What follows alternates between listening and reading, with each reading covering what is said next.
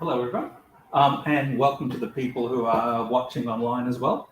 I hope I don't speak too fast. If your English is a second language, Portuguese is not my language at all, so you've got a little bit better than me. Okay. So what I'm going to do today is, well, actually, I want to tell you a story. I want to start with telling you a story.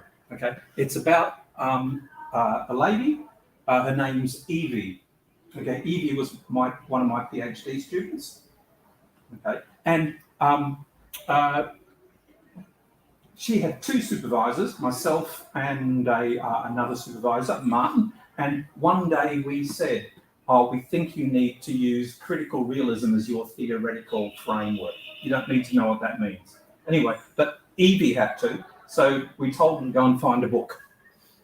Okay, and this is the book by Roy Basker. Now, the problem with the book is it's impossible to read. He writes terribly.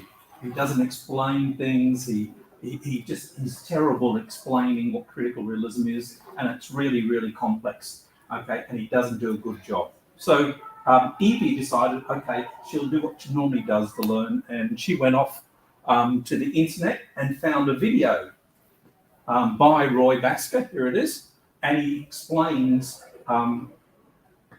critical realism in that. Can I tell you, his video is worse. His video, he doesn't explain anything. It's hard to understand. So what she did is she went off and she started hunting YouTube and found other videos about critical realism that were a lot more interesting, a lot easier to explain, and okay, so that started making me think, what makes a good learning video? So if you're a professor, like I am, or an academic, and you have to make a video for your class, what makes a good learning video? What are the characteristics of that? And also, can we create themselves? I know we've got a person over here who makes videos, and that's his profession.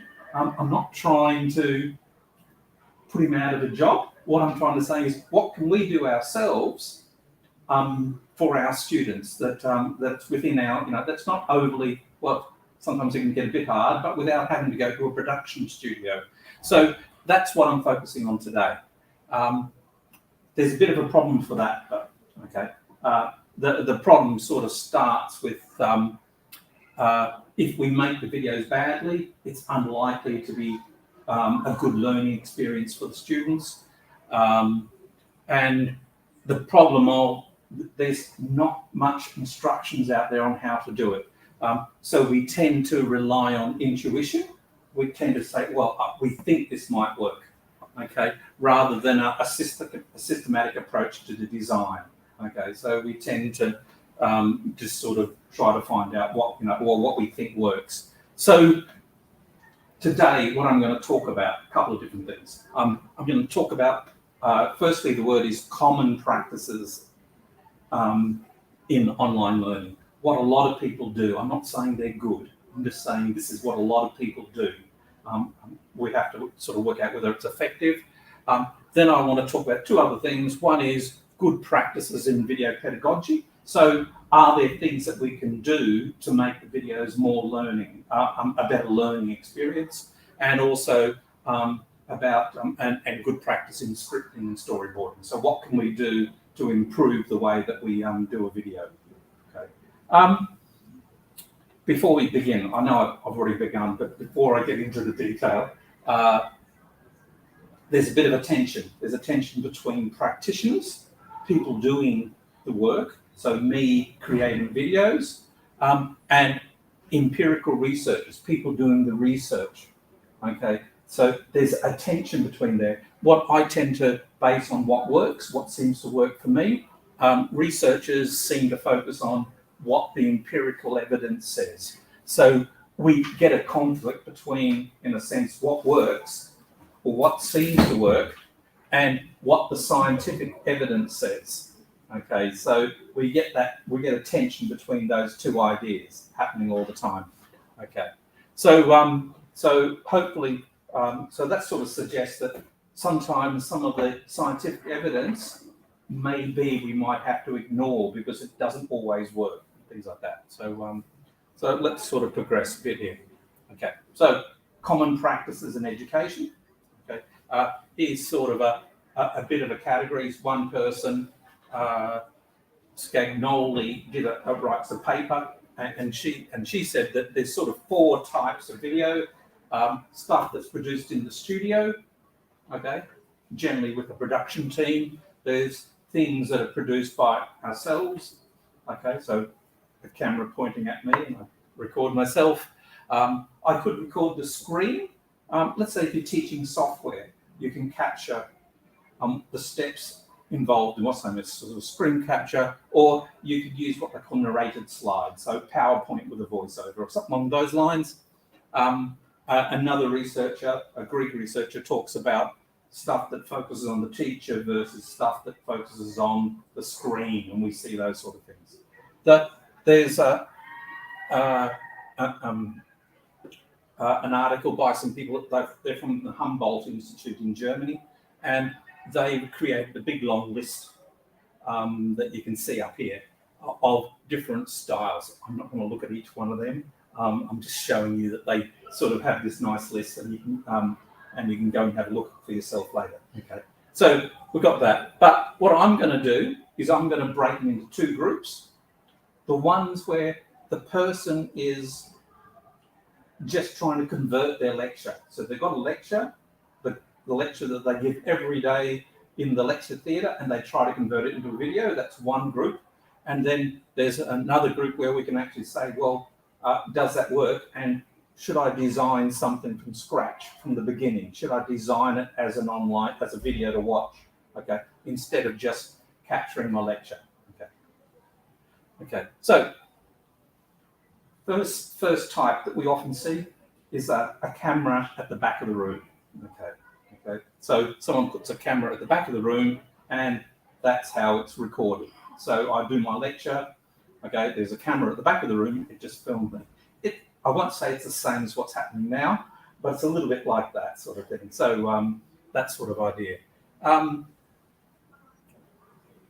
Okay, here's an example. Actually, the first MOOCs. So MOOCs were massive open online courses they developed. Well, the first MOOCs were actually just a camera at the back of the room. So this is a video from Stanford University. Okay, it was one of the pioneers in MOOCs back around 2010. And what they would do is just they would record a class and then play it to their online students. Which could be 1,000th of a second, or it could be 1,000,000th of a second. Let's just take it to be 1 second intervals and ask how in the stroboscopic world systems change with time. Let's also imagine a very, very simple set of systems. Systems which are so simple. Okay, so you just sort of see it's a camera at the back of the room following the person around. Okay, it's not that exciting.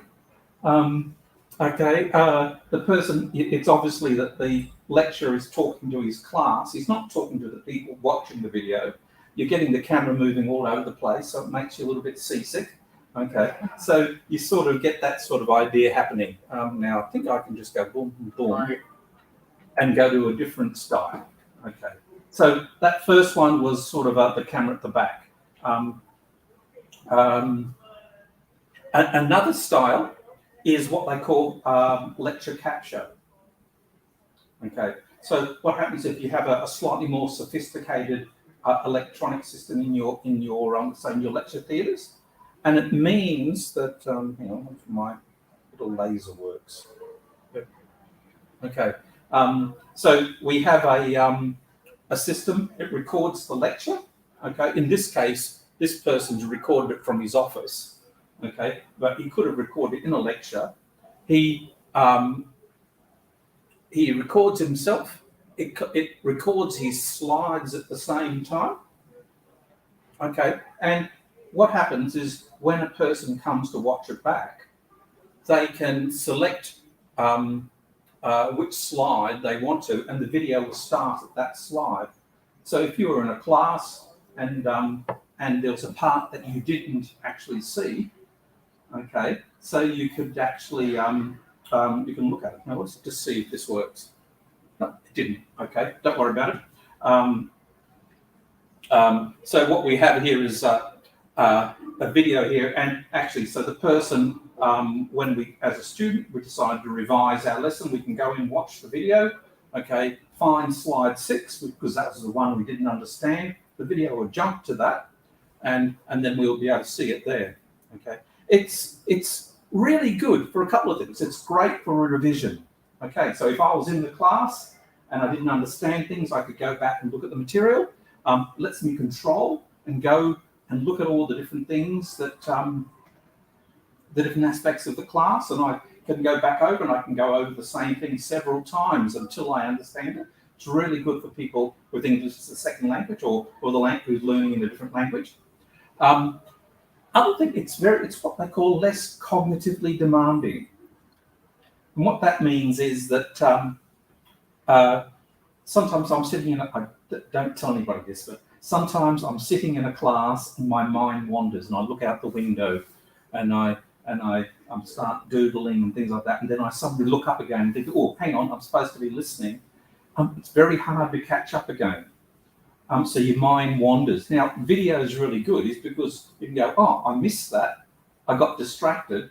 I can pause it. I can roll back a little bit and start again and look at it. So it's less, and it's less stressful for people because they know they can always watch the video over and over again until they get there. So video sort of, it's quite handy, quite a handy technique.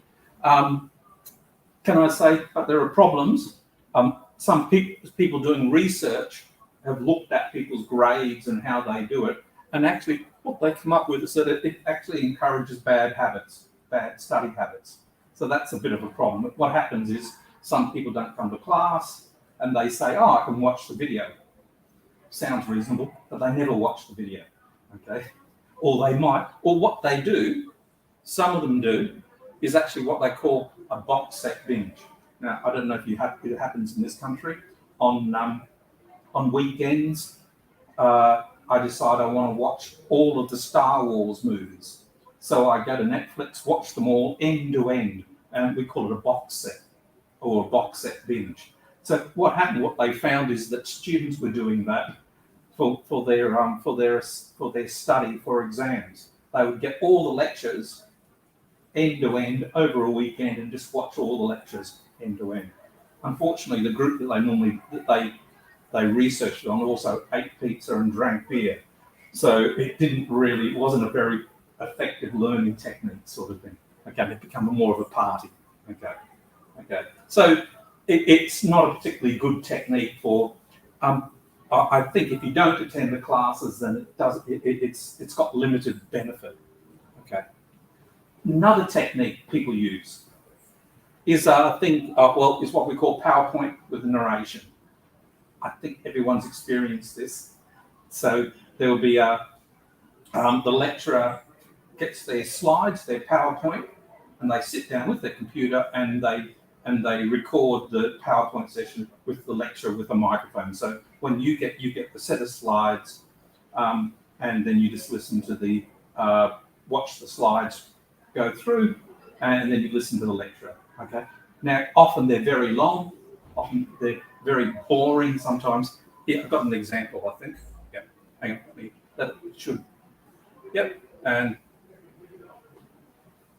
These phenomena are highlighted because you think they are important. Just make sure that you tell me choices that you make. And you do that on the heading method. In your coding, try to be unbiased. Here's another one. Organization and searching for relevant information, labeling for coding and interpretation. Transcription actually is that because in many cases. Okay. You notice on those two videos, first one, basically he was just repeating what was written in front of the student. Okay, so actually, and so it wasn't adding anything more. Second one, I'd say although they're not particularly good videos, either of them, the second one, at least you saw the person talking. Now, PowerPoint lets you record yourself. Not only can it record video, or sorry, audio, it'll record the picture of yourself as well with your webcam these days. So it's getting quite powerful. But it does lend itself to some very bad videos. Okay, people just repeat what they've always done and just put them on PowerPoint, and you end up with a 50-minute video that's not particularly engaging. So another technique, this one's not about PowerPoint. It's just a lecturer who just basically does his lecture. Actually, he does it on his iPhone. So he just records himself on his iPhone talking, okay, and doing his lecture that way. Can I say his classes were very much the same? It would just be him talking. But because he was very charismatic and very dynamic, it worked well. Interesting. Tony, who we're about to see in a minute, Tony would have, let's say, 20 or 40 people enrolled in his class, but he would typically get 80 people turning up, people who were not enrolled, just to hear him talk. Okay, so he was quite good. So this is Tony doing a talk, what we call a talking head. Okay. Very good criticism. You know the old Chinese proverb, it's very hard to dismount a tiger once you decide to get on the tiger's back. You have to ride it. Okay, I'll just jump back. Very good criticism. Can't pause it now. Okay. The thing about the video is that not the iPhone positioning looks a bit funny, but he's very dynamic and he does keep his people's attention. I want to say with that video that we just saw, it's interesting the way people used it. People said they would watch it doing their ironing at night, so they're ironing their clothes for the next day, so they put the video on and just iron, or they would watch a little bit and then go and cook dinner and then come back and watch a bit more. So they used to do all sorts of things. Okay, so they would break it up into smaller chunks because it was far too long. Okay, so it's interesting the way that people, sort of use the video. Okay, want to move to some videos now where we're converting, where we're designing a new video from scratch. So the assumption here is that we have an online class and we want to show it to we want to create it for that class, and that's a big difference. The other ones will really just sort of got my lecture that I normally use. I'll just record it. Now these ones are designed maybe for an online class. First one. Okay, you have to put up with me being on the videos. Okay, but here's one. Here's what we call the presenter and graphics. So the presenter, the lecturer, the tutor, talks to the camera, okay, and then on the side you will get graphics or something happening in some way along that. It's designed so that the person talking is talking to the viewer. Okay, so it's designed so that this person, so that I suppose that when you're sitting there watching the video, you feel that the person is talking to you. Okay, and that's what the part of the design's about. So, textbooks about research is that there are a large. Unfortunately, it's about research. There's video, so it's not particularly interesting unless you like research. But and we'll start with one of the biggest distinctions that's emerged in the last few decades: quantitative research. So what we do is get a person talking to the camera, being filmed talking to the camera, and then edited afterwards and adding graphics. I say it is possible to do it and not be a video expert. Okay, so it is possible to do. Okay, so don't think that's going to be too hard. Okay, one of the problems is it is quite tricky to get used to talking to a camera and not other people. Okay, we find it tricky. Okay, so what often happens is we use a different style. we might use an interview style where rather than the person filming looking directly at the camera, so rather than me presenting looking at the camera, I will talk to someone over here and the camera films my side, because I find it easy to talk over to the side, if that makes sense. So, and I can talk to someone and they can ask me questions and we can interact. So we get these styles happening. So we get this person is talking to someone over here, this person's talking to someone over here, this person's talking to someone over here. I think for the viewer, for the person watching, you think, I wonder who they're talking to. And to a certain extent, it's sort of like you're watching this conversation between these two other people and not really part of it. You're just sort of a third person sort of watching, oh, I wonder what these people are talking about. It's sort of the same with this technique. At least you see who, at least in this one, you can see who they're talking to, but it still feels like I'm just watching something else happening and I'm not part of it. Okay. But it's okay. Can I say there is a technique that some people use that try to combine these techniques. Okay, and it's called the documentary. Unfortunately, I had computer problems, so I borrowed one from television on how they do this. Now, this is a BBC production in the UK, but it is actually the person presenting is a lecturer from a university. Okay, and they're doing this. It's one of their history documentaries. There's no sound on this. Okay, but I just want to show you what's happening. So what we do is we start with person talking, engaging with this. So here's the lecturer talking to the camera, and she invites us to go along to an interview in a sense. And then here we are interviewing them. So now we are part of this interview because she brought us along with her in a way. Okay, so this person's not particularly good at talking to the camera, so we're able to engage them. Okay, so what happens is that shouldn't have stopped. Doesn't matter. You can see how. So the person, the presenter, talks to the class and says, "Come with me. I'm going to interview this person," and then they start interviewing, and you're still part of it. So it's a slightly better technique. Okay. Let's see where we go next. See Lucy. Okay. So they're the basic styles that we have in education that we tend to see. So we tend to see talking head, just a person talking on a camera. We often see PowerPoint with a voiceover, or PowerPoint with a voiceover and a picture. We see interviews happening. We see those sort of techniques. And occasionally we might get a bit more of a documentary style sort of thing happening. Now, they're all possible for us as an academic to create. And there are things that we just need to remember when we're doing those that will help students learn. Okay. So what I'm going to go through is some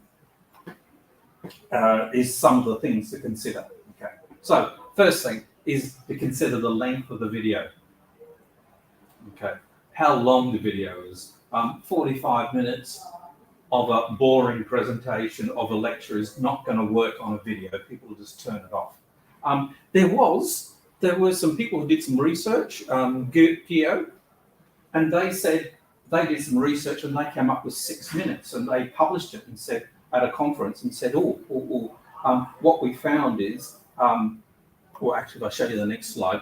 Remember this video I showed you before about Stanford University?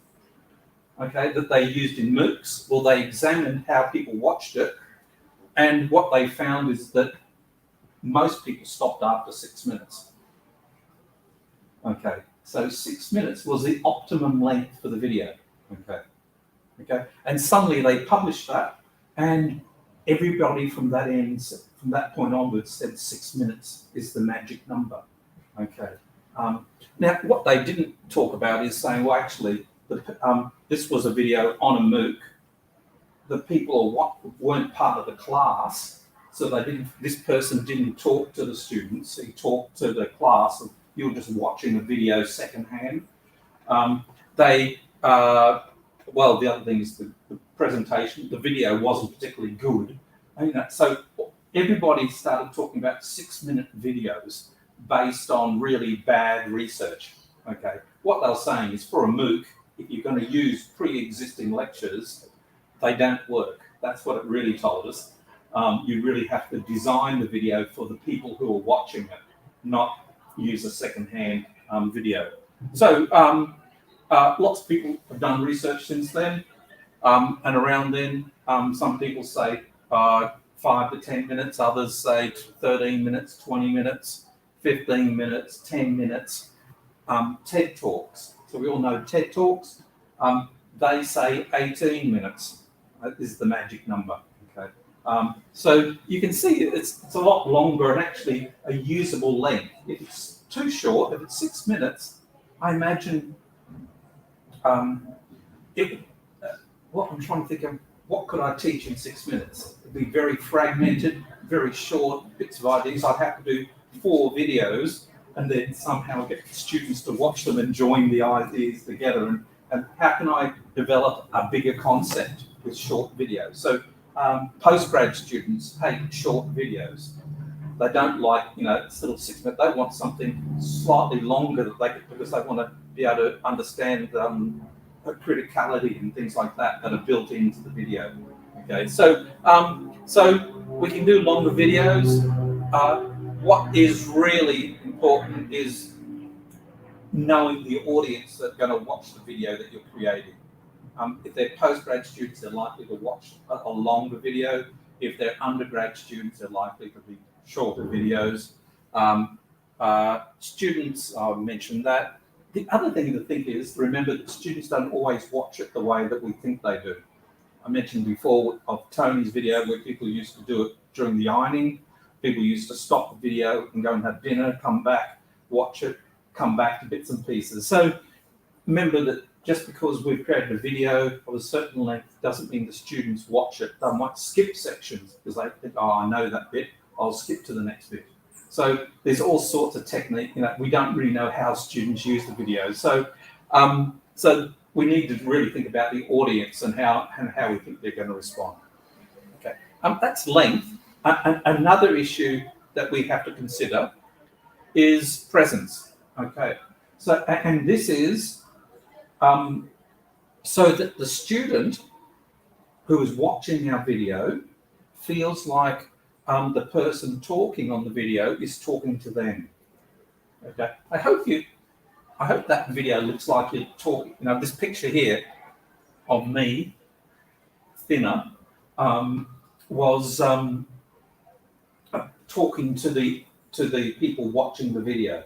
Okay, that's what it's designed for. So presence is this idea over here is about the person watching feeling that this presenter is talking to them, and they're talking directly to that person. Okay, and not just to a class. Okay, so the example here would be is that I think people online must think that I'm talking to the people here more than talking to them, because I don't really look at the camera that much down here.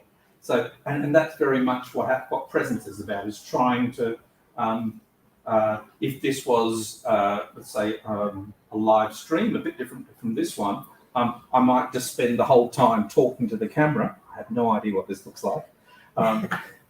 Talking to the camera and ignoring the class. Okay, it's hard to do both in different ways. Okay, so that's what presence is about, feeling that that this person is talking to you.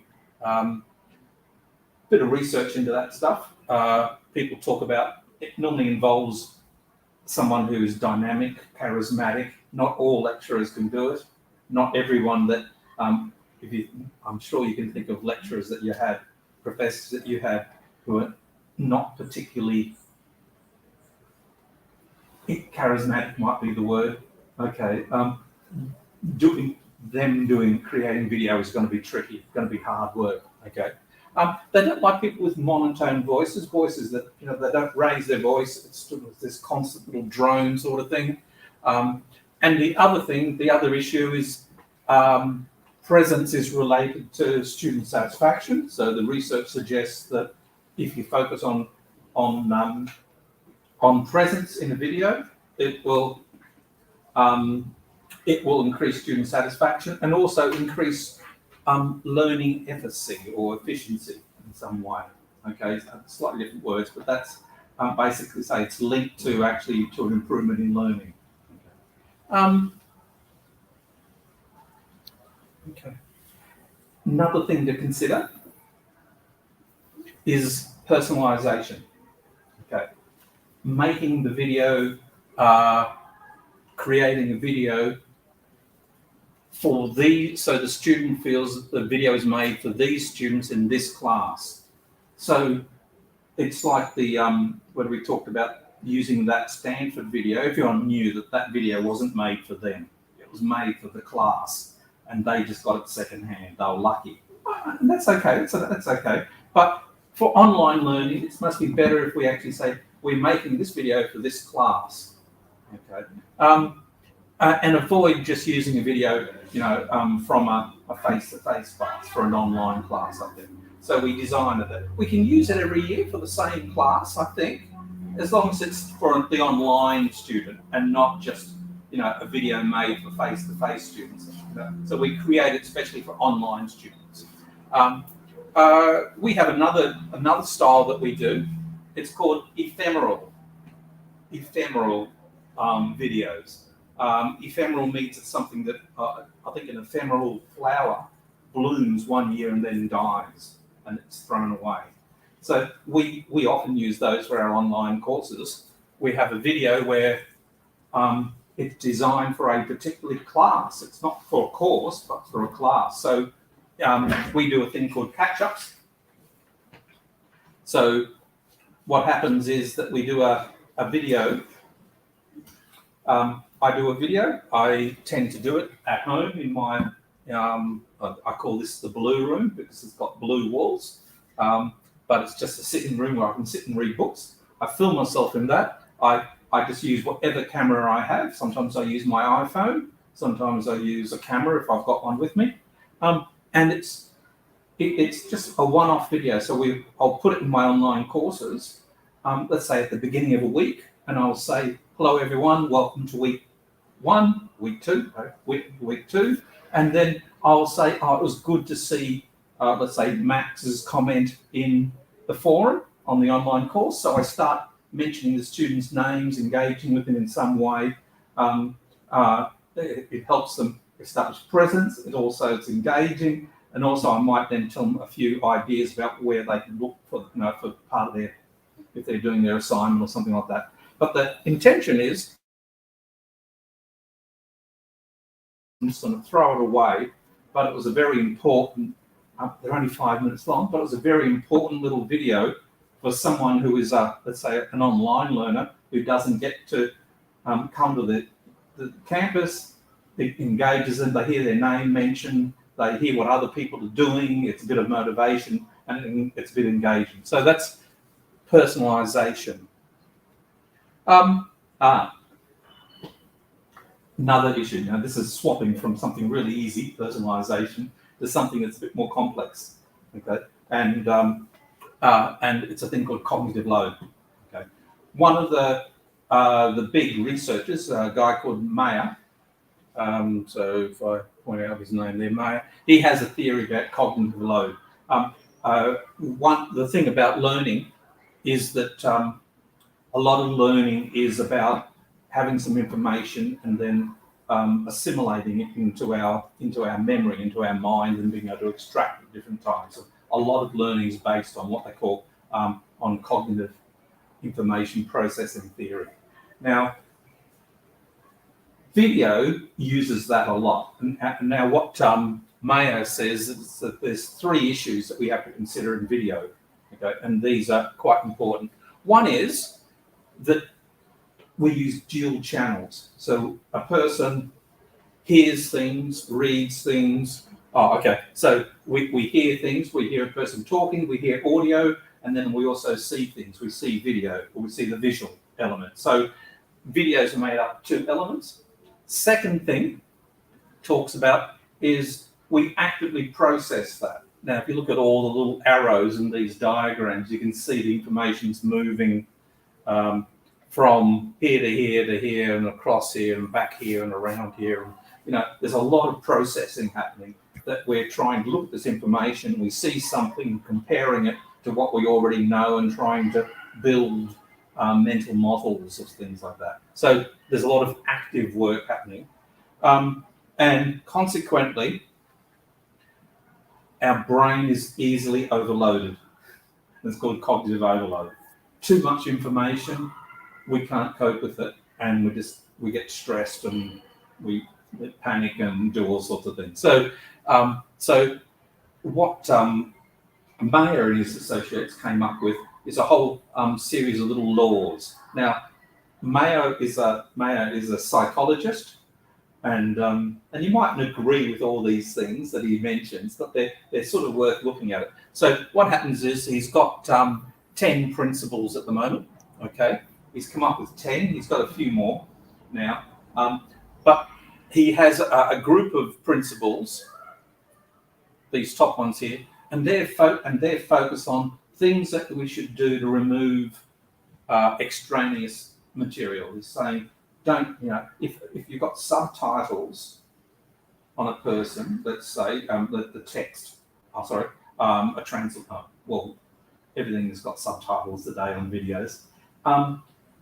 If you don't repeat that in text on the side of the screen, is one thing that he talks about. He says because they will be trying to read, they'll be listening to the person talk, they'll be trying to read the text at the bottom, and also try to read the information on the side of the screen.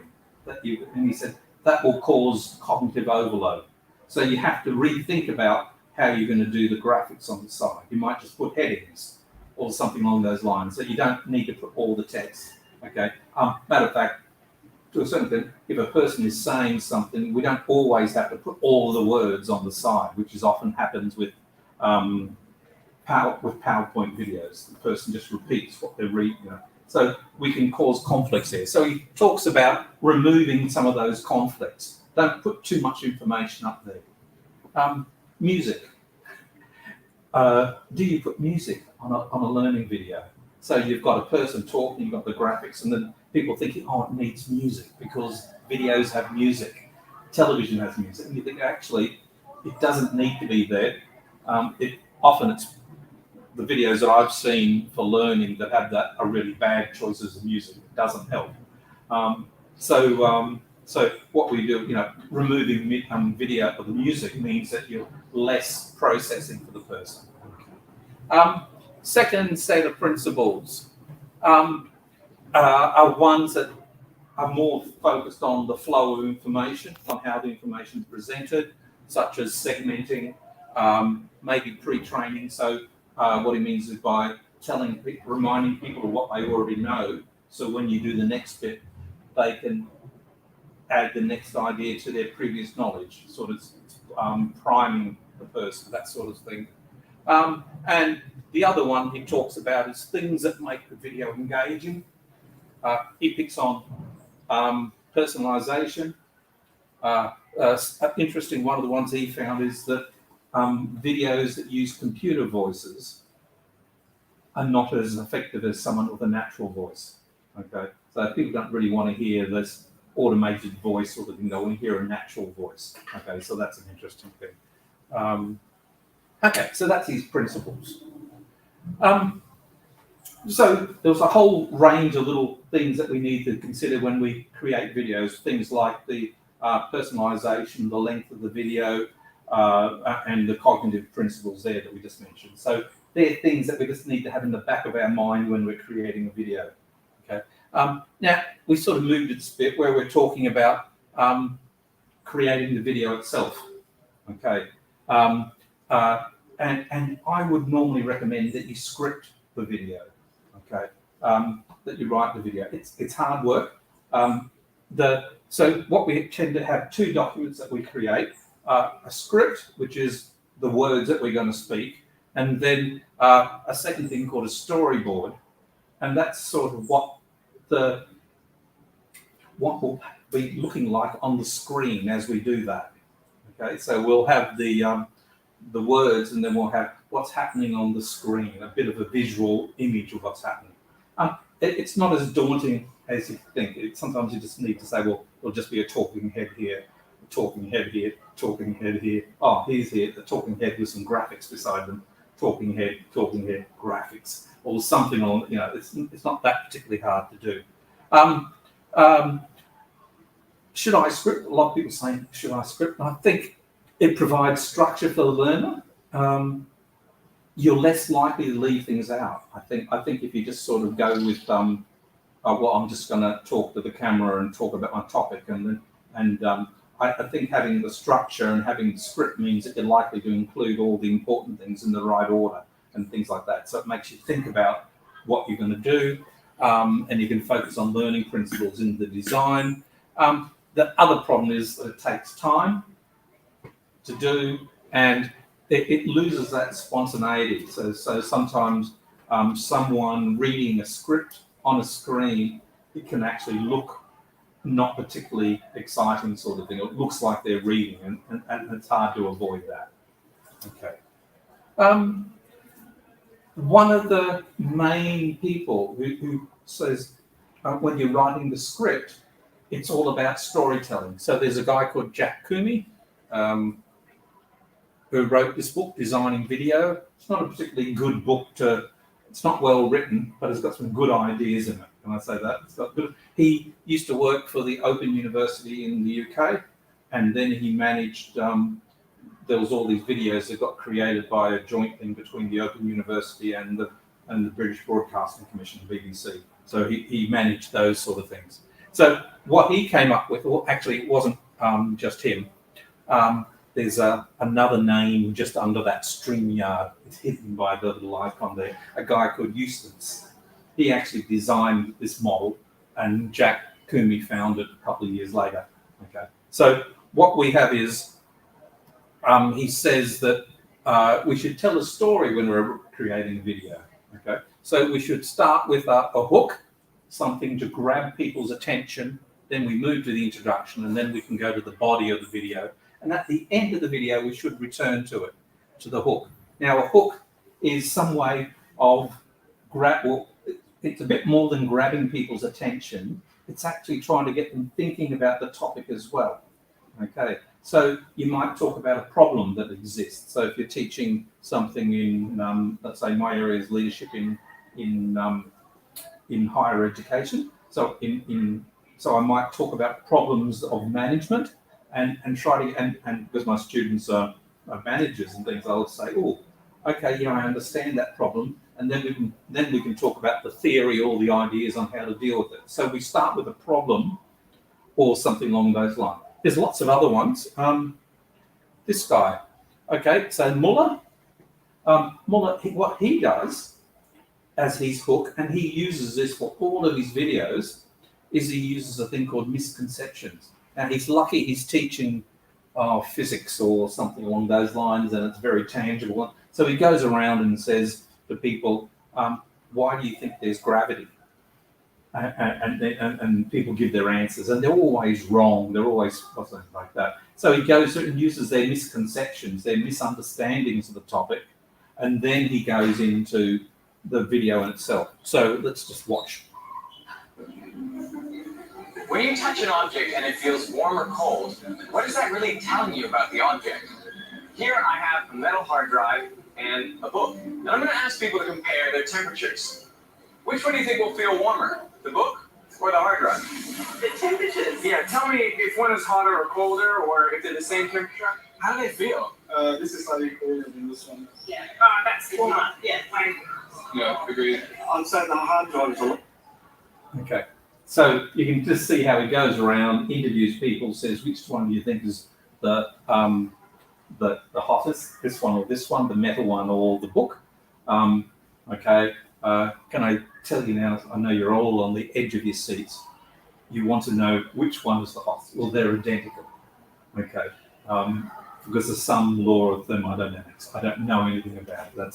It's something along those. So he actually then goes in and talks about, you know, thermodynamics or something along those lines. But he actually uses a measure. He has an electronic thermometer. He measures things, and then he uses that as the way into that. So you can see how he uses a hook. Okay. And there's a variety of things we can use as hooks. He uses misconceptions. You know, other people just use big problems that need to be dealt with, and then give the, you know, and then talk about, well, how theory can help us that. So next bit, I suppose that's the introduction to the story. Then we need to actually start talking about the topic. You know, this is a lecture. I'm doing a lecture. I'm trying to make a video of a lecture. I've got these topics I have to cover for that lecture. Well, I can move into that now that I've got the students watching the video, and so I tend to do, you know, like an essay. You've done the introduction, you move into the body. It needs to be structured in a meaningful way. You know, a whole heap of different ways to structure things. We don't need to focus on that. But more importantly, we need to remember some other things. So we can structure the lecture. Okay, we could start with let's say generalization and move into examples and things like that. So we've done those ideas, but then when we're writing the script itself, we need to remember that a story, this whole idea of a story is conversational. We're telling people a story. We're bringing them along a journey to understand something. And so we need to write in a way that's like a conversation, okay, and not use academic speak. And that's a bit of a problem. Oh, we have to find it somewhere, the middle ground in some way. So we need to keep sentences short, use clear, simple language, use friendly conversational type tone. So we use those sort of language. One of the things we always suggest is that if you write the script, it's designed to be read out loud. So you should be sitting there and read it out loud. And if you stumble over words, you know you must be written up a lot wrong. I write a lot differently when I'm writing a script to when I'm writing an academic paper. And we need to change that style. And the other thing is to consider is pace. And that's an important thing. Might be slightly different in your culture, but in the UK and Australia, we tend to focus on about 120 words a minute. Okay, so if you're doing a 10-minute video, you know it's supposed to be 1,200 words long, which makes it easy to sort of judge. News readers. So if you're watching the news, I don't know about this country, but in the UK, the system that they use sort of makes them somewhere around about 120 words a minute. Okay, so that they can actually, you know, well, they've got a half hour for the news. They've written the script. They have to conform to certain times, and it's also they've found that that's a nice speed for most people to listen to. Okay. Interesting when my students who mainly Chinese in the UK like my videos because they said I talk slow because I'm Australian. So as opposed to their English lecturers who must be talk a bit faster and things like that. So I don't know if that's me or whatever. Anyway, so we write scripts like that. The thing about once I've got the script and I've got the body and the text, you know, the content of what I need to tell the students, I then need to start thinking about what we call pedagogical tools. So stories have pedagogical tools. Okay, they're things we put in stories to help the viewer follow the story. Actually, they're the same things we put in essays, or we should be putting in essays. So things like signaling and hand-holding. So we might at the beginning of an essay saying, well, I'm going to divide this video, in the beginning of a video, we say, I'm going to divide this video into 3 sections. In section 1, we're going to look at this. Section 2, we're going to look at this. In section 3, we're going to look at this. And then when you get to, let's say, after end of section 2, you might say, everyone remember that in the first section we looked at this, second section we looked at this, in the next section we're going to, you know, and it's a way of helping the person assimilate the information and see how the ideas are linked together. So we do things like signaling and hand-holding. We should be putting them in essays. Can I just say that a good essay will have a, some of those every now and then, reminding the reader what's supposed to be happening. Okay. Another thing is that we can actually do processes that help integrate the knowledge. Okay, so having contrast, when we're saying, well, compare this bit to this bit, helps people understand the ideas. So we can build in little models and little ideas to help people. It's designed. It's not part of the content, but it's designed to help people to, integrate the knowledge into their working memory in some way. We also have things like application. We can say, well, how would we use this? And you can provide examples. So applications, we can pose questions. So we can stop in the video keeps going. We can just say, think about this, and actually just have some silence while students think about that. Perfectly okay in a video. People feel, oh, we've got a gap there, I have to fill it.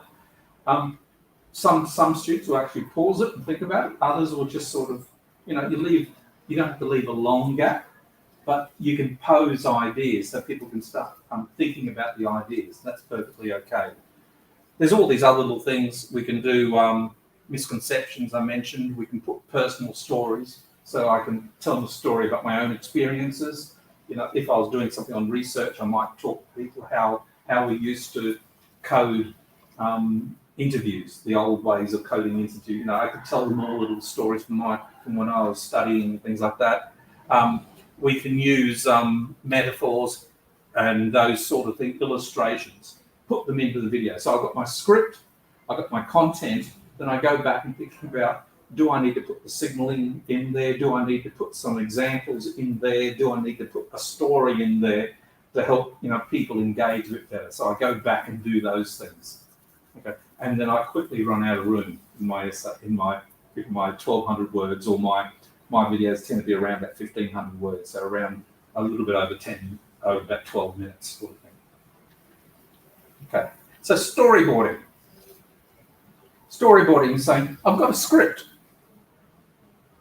Here's my script. What will it look like? Okay, have I thought about what it will look like to the person watching? Okay, so I start saying, oh, okay, for this bit of the script, it'll just be me talking. For this bit, it will be me talking with that picture I used before. And for this part, okay, it's just going to be me talking again. So I sort of start visualizing how it will look. Okay, and I start designing, that means I'll need a picture for here or something like that. So I start doing that sort of process. Okay, I'm just trying to think what I have a blank slide for. Okay, so I could have a video like this. It could start with me talking, just pretend this is video. It could go to the graphics, okay, and then it could go, could be that. Or I could do a video like this, me talking, but instead of doing the graphic on the side, I could actually just go to a full screen. My voice would keep going, but I can do the same text full screen, and then I can, just go back to me in some way. Okay, so I start thinking about, how do I want to present the information?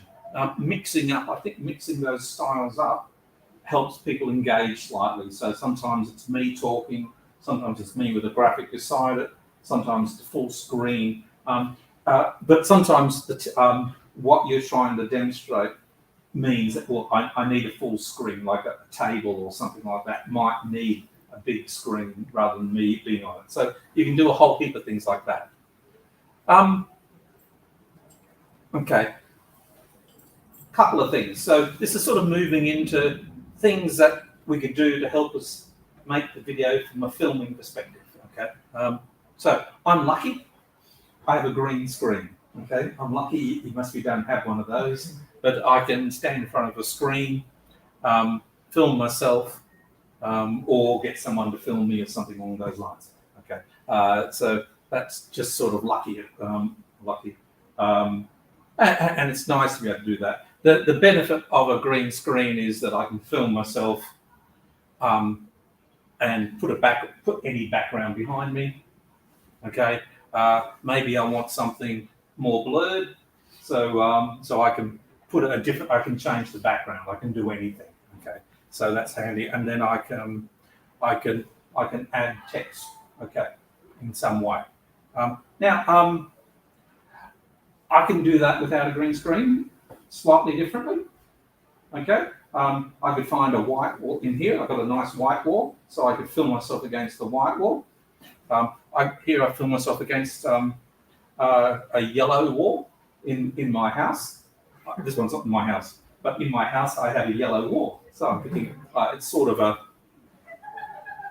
it's almost baby poo, isn't it? It's sort of yeah, it's this color anyway. So I can film myself against the wall. Okay. And then I can just sort of crop that a little bit, and then I can put that video on. And actually, I'm using PowerPoint to create background and text here. So I can just what I can do is on PowerPoint I can create this this slide. I can in PowerPoint I can go save as, and it will save the image for me, and it will have as one slide. So it'll save it, sorry, as one image, as a JPEG or something like that. And then I can just put the video, crop it a little bit and put it on the front.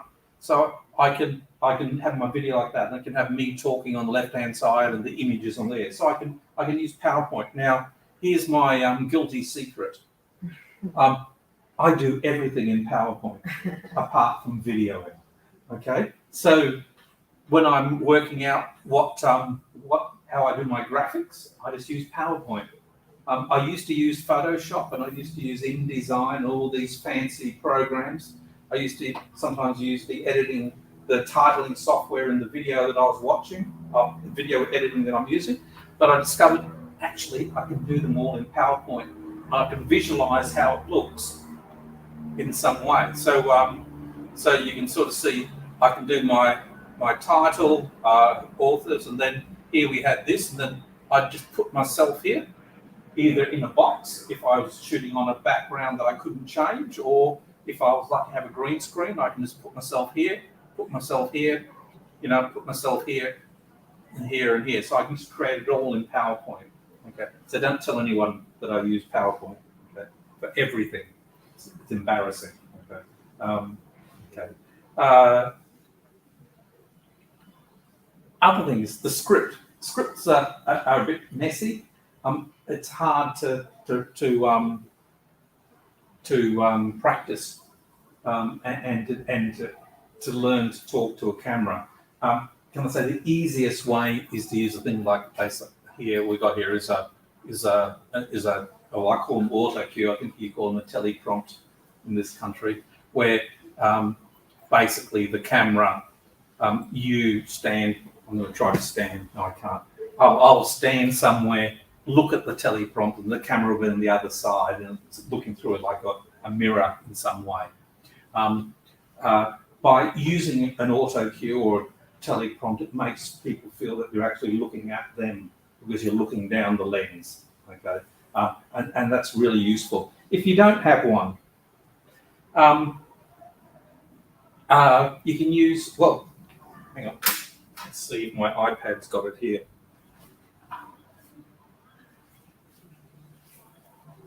I knew how to turn my iPad on. Okay, I have an app on my iPad, and hopefully you can sort of see that on the people remotely, and it just sort of scrolls my talk for me, and I can put it in there. This is just straight off. This was just a free app that I downloaded. We've got something similar at work, slightly better than that. Now I can put that. Well, this software lets you mirror it and reverse it and do all that like a proper auto cue does, but that doesn't help most people. Let me figure out a way to turn that off. What you can do is that let's say we've got a person, the camera here, we've got a person here. What you can do is put a laptop or this so this device here or an iPad, we can put it maybe just above or just below the camera, okay, and then you can read that from a distance. Now the problem is it's not as good as an auto cue. You're not looking down the camera. One of the things, the further you are away, the less people will see your eyes moving up and down. Okay, so if I'm really close and I'm reading here, I'm going like this or reading here, people will see my eyes going up and down. If I move further away from the camera and zoom into me, they're less likely to see my eyes going up and down like that. And that's an important thing. You know, you can prevent people not looking like that they're actually reading. You know, so the further you are away, the better, sort of thing. Now, you can do this with PowerPoint. I can put my slides, I can put my script on PowerPoint, and I can just step through. I think I've got that. Yeah. So often I will, let's say I will. Let's see if this works. No, doesn't matter. Yep. I could have a video camera. I could, sorry for the people watching, I'm leaving the picture here.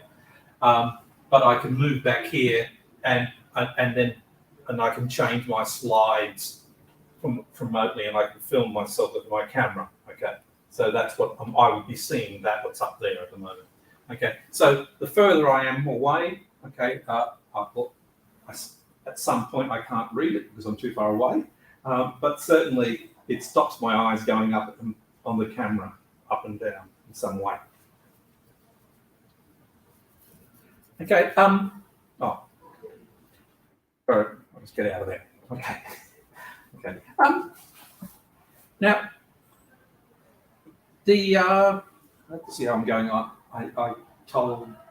Oh, you're doing fine. I'm doing fine, but I told Anna, Yeah. how close am I close? I'll tell you when it is half an hour. Oh, okay, am I fast? Yeah. Am I ahead? Oh, we started slow. No, we are 22:04. So you have like 15 minutes. How many? 15 minutes. 15. 15 minutes. 50. Yeah. Look at that. What time did we start? Oh, 2:30. 2:30. Oh, Yeah. okay. Sorry. I thought we started a different time. Okay. So I've got a couple of the slides that they're hidden on that presentation that I. But you can take as long as you want. Okay, that's okay. So, a couple of things. Well, another thing I wanted to talk about is audio, is sound. One of the most, the more important things in video is that one of the things is that we often, we can watch bad video. If the video is bad, we'll watch it. But if the audio is terrible, we won't watch it. Doesn't matter how good the video is. If the sound is bad, then that stops us from watching. Stops us from, and in a sense, audio is more important than video. Okay, I mean we need them both, but often the people will put up with bad video if they can understand what's being said. So one of the things about video is that about audio is that we need to figure out ways of making it better quality. Now, one of the problems is that if we have a camera, well, one of the things is that the microphones built into the camera are normally, I would normally avoid using them. Okay. I would avoid using the microphones built into the camera. What happens is that they're actually, if I'm filming Anna, they will pick me up and I'm behind the camera better than they'll pick up Anna. Okay. So the other thing is that the microphones built into a camera are designed, they pick up sound in every direction, and also the further you are away from the microphone, the more echoey or roomy it gets. Okay, and that doesn't help the person understand what's happening. So one of the things is that we advise is don't use the microphones built into the camera. I'd say these are fancy ones, so this one's a bit different. Okay. The second thing is, one of the things is the closer you are to the camera, the better, or to the microphone, then the better the sound will be in that case. So if you can move the microphone close to the person, then that's quite that will improve the sound quality. Some people use radio mics, so they put a little clip microphone on the person, and that way the camera can be here, and I can be way over here, and it won't sound distant because the microphone's only this far away from me. Okay. The other thing is that we can change the type of microphone we have. So we can use the little clip-on ones, and they're quite good because they're close to our mouth. Or we can get ones that are designed that are what we call a shotgun or a pencil mic or something like that, and they're designed to be more sensitive at the front. So they reject the side sounds, and we can use them. So they're helpful.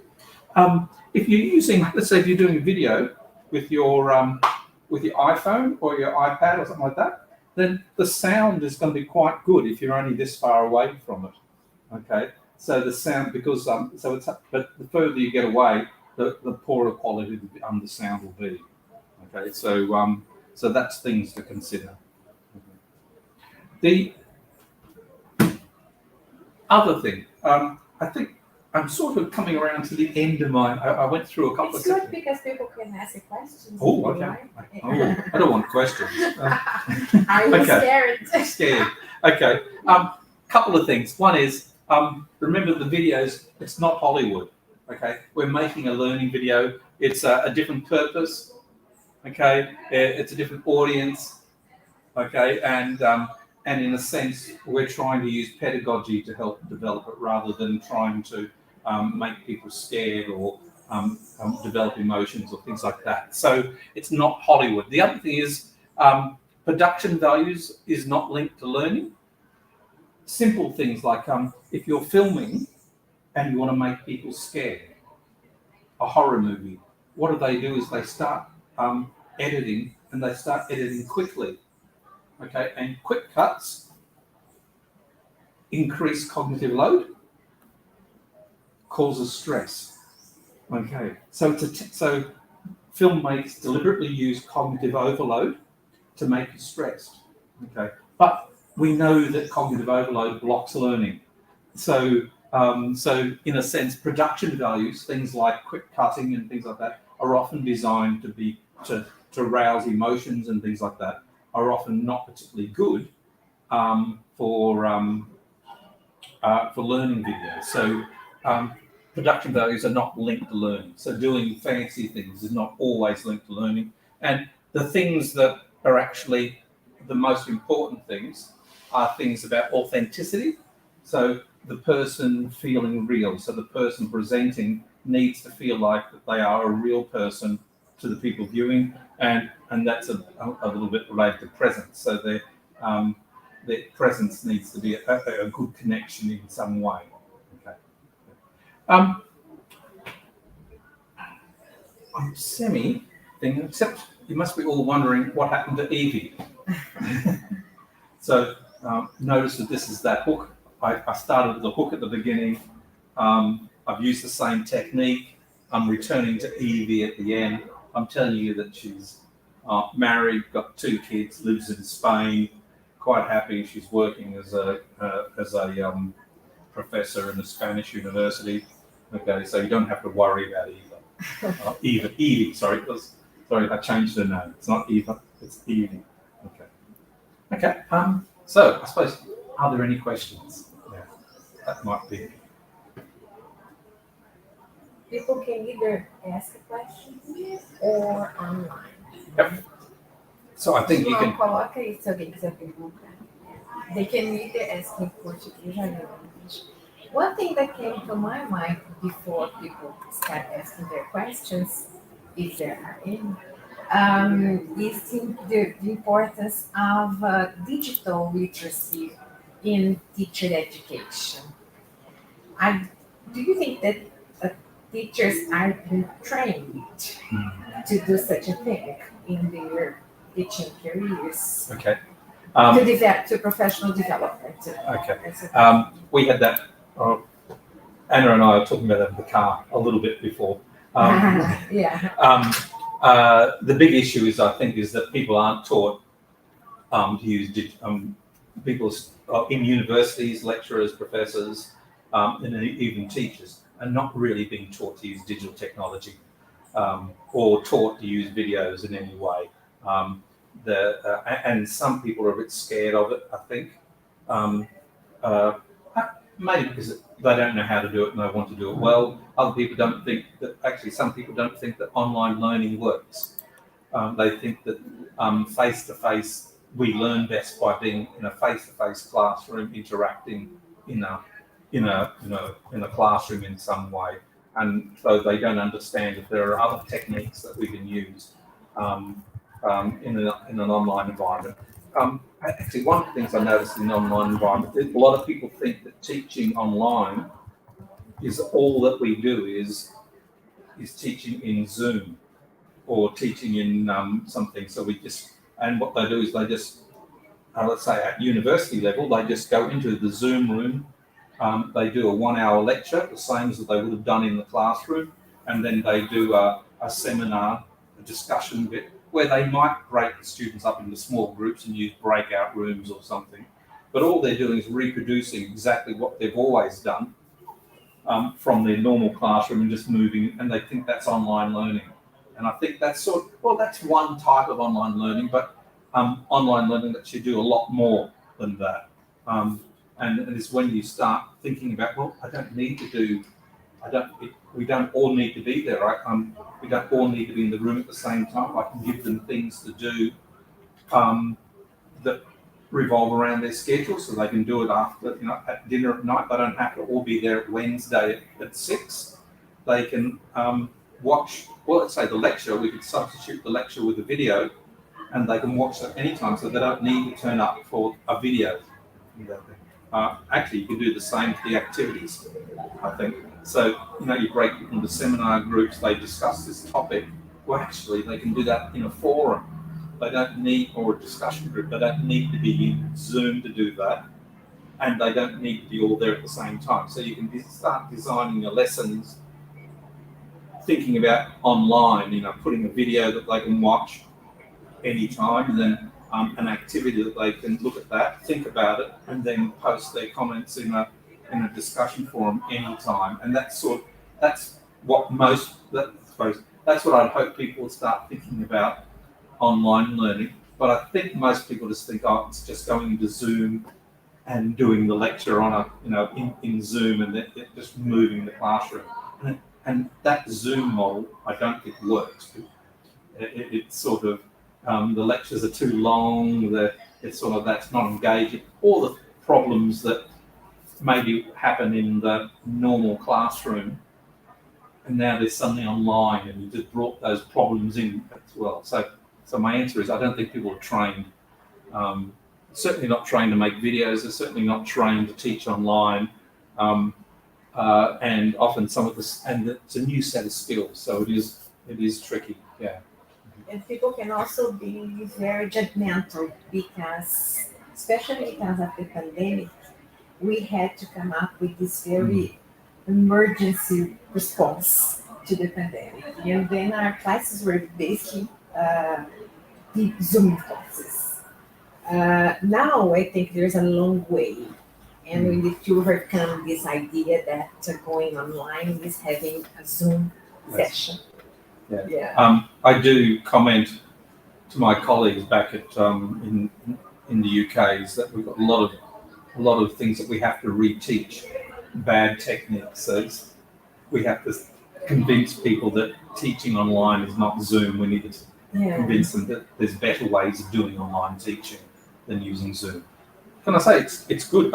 Webinars, a live webinar in an online course is really useful, but if that's all that you're doing, if that's what you're trying to, put your lesson and trying to do your content in there and everything, it's sort of wasting a lot of the online environment. But I think it's like Zoom really works for some cases. For example, small classes with a lot of interaction. Yeah. Just like we do have in face-to-face meetings. I think in those cases it works very well.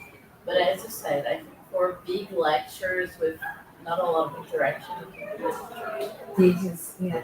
On my, I teach an online class, or I teach a couple of online classes, and most of it, very little of it is synchronous, where people come together. Most of it is like based around videos and then activities that students do, and then activities that they do, I'll say together, but they do them, it's what we call asynchronous, which means that they're posting comments and someone else posts a comment and then someone else posts a comment, but in their own time. What we do have is every second week, we have a webinar where the students come on in and we get that interaction. Now it's very easy for me to go into that and just treat it as a lecture, and I fall into that trap every now and then. So it's really smart to say, well, that's not designed for that. It's not designed as a time for me to tell students things. It's designed for interaction, and everything we try to do there is interaction. And we'll do things like where the students, each week, one or two of the students will have to present something and present it to the class, and then there'll be a question and answering thing, an interaction sort of thing, you know, and that sort of. So it revolves around the students interacting with each other, and maybe me there occasionally saying something. Yeah, but it's interesting. Most of the students, they find that the hardest thing to go to, because suddenly they have to find, 5:30 on a Thursday afternoon, they suddenly have to do this. We do it twice because we've got people around the world in our course. So we do once at 9:30 in the morning, and we get people in China and Australia and Antigua or something like that. And then in the evening we get South Africa.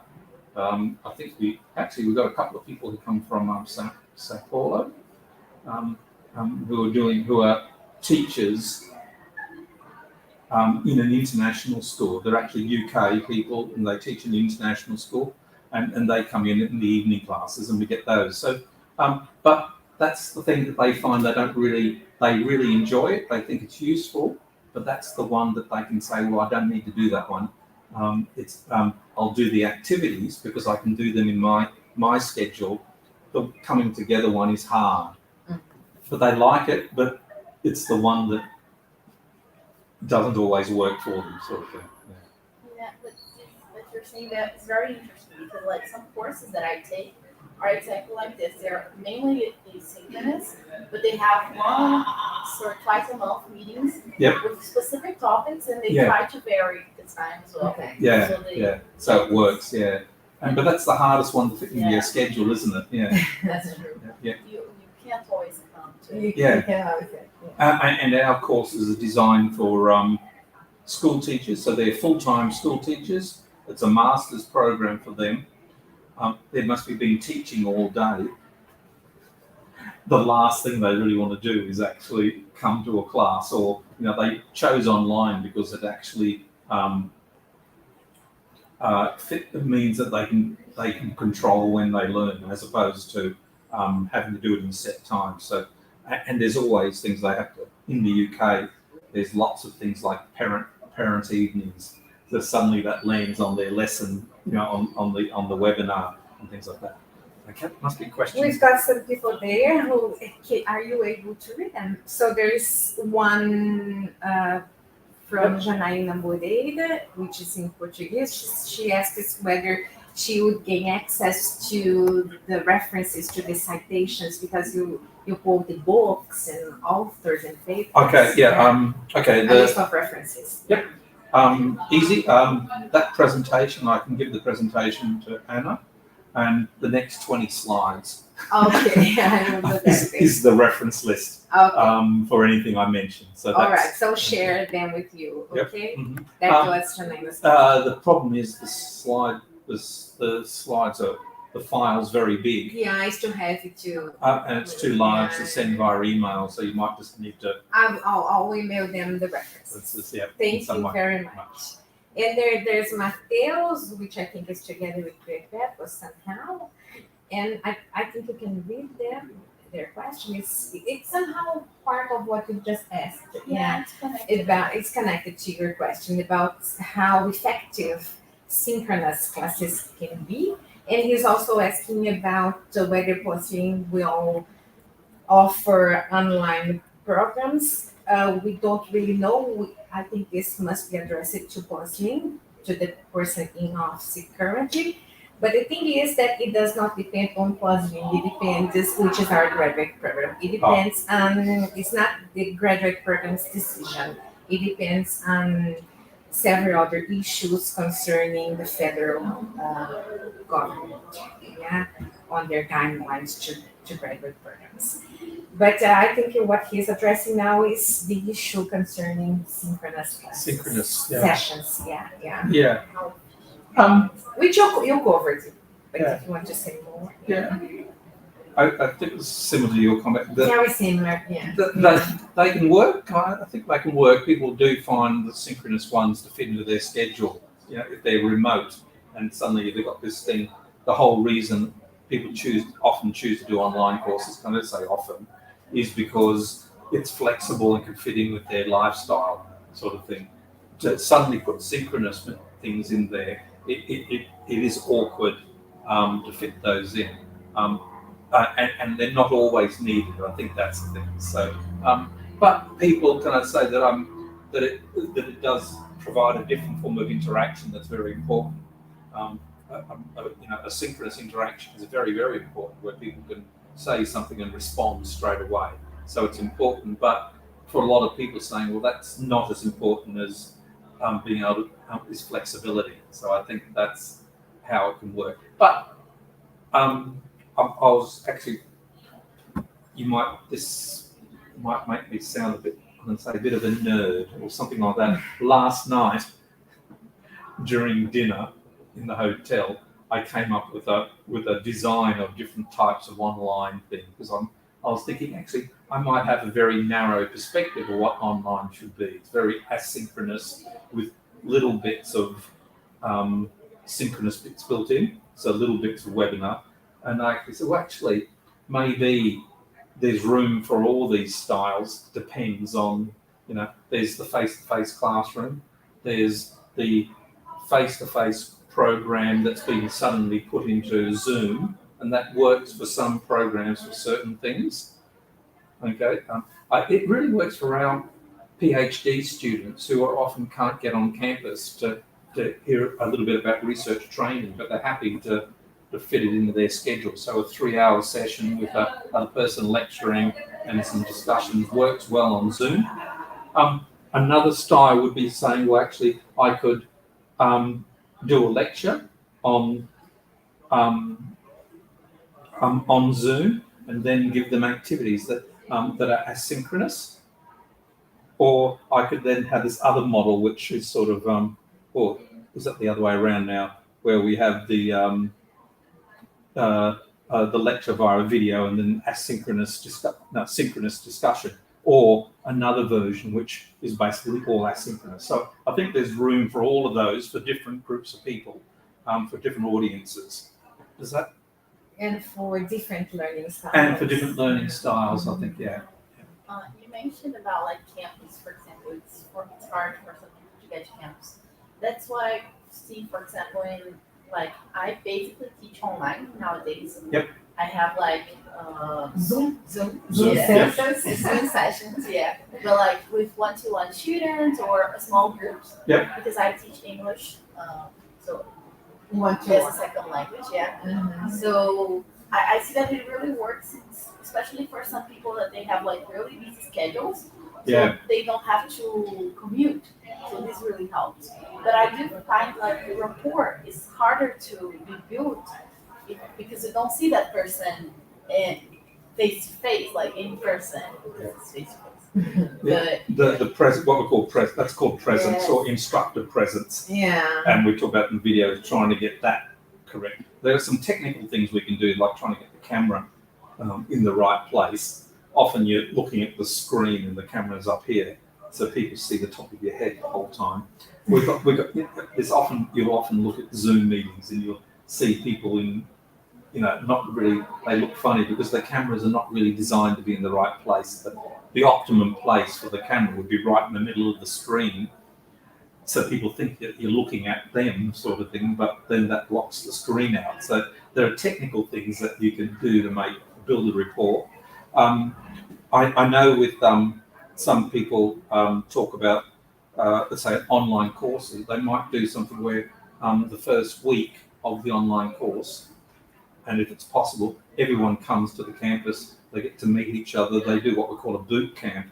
So they do a bit of the course. It very much revolves around getting to know each other in a face-to-face interactive way, which means that when you come to do the online stuff, some of the rapport has been established. It's harder to do it online. Yeah. I think it's especially harder for asynchronous courses. Yeah. Because I participate, I work at SNX, and we have some asynchronous courses. I teach like 3 groups online, it's like 30 people each group. And it's much harder because we don't know all students. So one thing I found that helps was, for example, the forums, and they interact, and they're leaving myself always open if they want to send messages. But I think it's harder in this case. What do you usually do? Okay, couple of things. So my university is about to launch, and we're trying to get 30 master's programs developed in the next 3 years, delivered online, solely online. But a big part of that is they're just not, it's not just an online class that you're trying to do or a course. You want these students to feel part of the university as well. And so we're going to build a lot of things in so that the student feels like part of the, they might, activities that students can do online will be part of the university. So there'll be events and things like that. But if we go down to a class level, which is a bit where you get, so there'll be things happening for the student, for the university. There'll be things happening for the program that they're on, and things happening in the class. And it might be things like all the students, week 1, they have to film themselves, say hello, introduce themselves, and then post a video of them introducing themselves on that. Or you could do that as a blog. So instead of doing a video, they could just put a picture of themselves up and write a little biography about themselves. So you build some of those introductory things. Now, I tended to do those in my class anyway. So in my face-to-face class, week 1 of a new cohort coming in, you do things where all the students would somehow introduce themselves to each other and doing things like that. And sometimes I'd be doing things like asking people to draw a picture of themselves, put it up on the wall, write a little bit about themselves. So creating a bio so people would wander around and talk and meet and see everyone and things like that. And we'll just move that into an online environment. But a blog is the tool that we use for that. Okay, where they can post their picture and then put text there, and encourage everyone to do that as part of one of the activities. We do that in the classes, in our online class, or in our face-to-face class. So we just have to think, actually, these are important, or even more important in an online environment as well. So building interactions that are purely focusing around getting to know each other is important. To develop a sense of membership, to reach the social bonds. We actually, one of the things we do, because we're very dependent on things like Moodle, or we use a thing called Blackboard or Canvas, which are products that are similar. They're mainly designed for a learning environment. So it's mainly designed, so for any interaction, it's really revolving around, let's say, the lecturer posing a question and then having discussion forum about it. Okay. What we also have other ways that students can chat to each other sort of outside of the class. So that, well, it might be still in Moodle or in Blackboard, but there'll be other chats that are just basically, this is the informal chat where you can ask any question you want. Here's the chat that is related to the topic of that week. You know, so having those sort of things existing, and that's worked. We used to use a different product for our VLE, for our learning management system, and it actually gave it a far more of a Facebook feel, where the learning was occurring in the middle and the social stuff was happening around the outside. And they can chat. Yeah. And they can chat over here, and then if they happen to be there writing in something on the forum, it would tell them if someone else was online, so they could then have a synchronous chat almost at the same time. You know. We tried that once at CNX with Discord. The Yeah. Discord is made for gaming, but can be it had educational purposes as well. Yeah. And also with Padlet. Yeah, And Padlet, Padlet's which is- good. Yeah, and, it's friendly. Yeah. And Slack is another tool that's often used in the arts as a communication tool. Having those tools existing side by side often helps. Variation is a spice of online teaching. No, yeah, at CNX we have like the forum for general questions, forum for interaction. Yeah. We do this, like I tell them, oh, you should try to write a bio and things like that. And this first week I'm gonna read all of the bios and I send messages. Oh, really interesting this thing. Yeah. And I try to interact with them. One thing that I did was that I created a WhatsApp group with them. Yeah. Like if you have like focus on Moodle, but if you have any other questions, I'm available these days, and they could talk to each other, so they could help each other a little. So. It is very important that that they know that you're reading their posts. That so it's important that you do. As the facilitator or the lecturer, that is actually respond to as much as you can, sort of thing. It's important, or else they just feel like they're just putting this thing into the ether and nothing ever happens with it. Sometimes it's hard to get students to comment on other students' comments. That's hard. Some lecturers I know say that I will give you 10% of your mark if you're involved in the interaction, so you've posted so many times and responded. I don't tend to like that approach, but it does sort of happen in some places. It just takes a lot of work constantly going in. I do when I'm running a course. I turn on alerts on my so the minute someone posts anything, because people can post it, it'll be the middle of the day for them. Unfortunately, it's the middle of the night for me. But if it's alerts on my phone, it lets me know that people are posting, then I can acknowledge them. Well, I can go in as soon as I can, sort of thing. So that it doesn't. Yeah.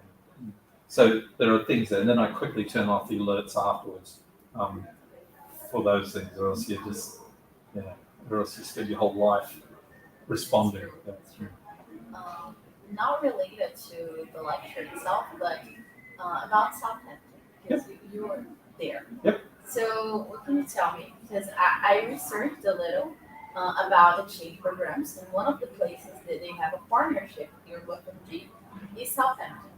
So it's one of the options if they offer spots this semester. What's your subject area? English language teaching. English language teaching. So we have a. So I believe that's not my area. I'm in a different school. I'm in a school of education. Our the language school's active faculty. I suppose people from the international relation office can give you more info. Yeah. But I can always talk with you. I can have some help. What I was going to say is that Kate and I can talk. So we have a joint colleague, Kate, who we work with, who's actually in the modern languages. Well, they changed their name recently, so I don't know what it is now. She'll be here next year. Yep, but Kate looks after that program, that area, or is one of the people who looks after that area. So So we'll be able to help you with that. But yeah, there are, I don't know, we haven't, there were built exchanges between, I think called Erasmus, which was a scheme between the UK and Europe, which is now, I think it's about to be phased out now that we're not part of the economic union. Yeah, after Brexit. After Yeah. Brexit sort of thing. But there are some of those exchanges They that are occur. other possible. Yeah. So we can have a talk about that. Yep. Yeah, we have we signed something? Your university We now? do have. Yeah, We we've have an signed umbrella-like agreement. an agreement that we will work together. Yeah. If that makes sense. So, Thank you for your interest. Yeah. it's a nice place, Yeah. With nice professors. but you'd never get me for anything. Unless you did education. Okay. Thank you, everyone. Thank you. Thank you, Jean-Pierre.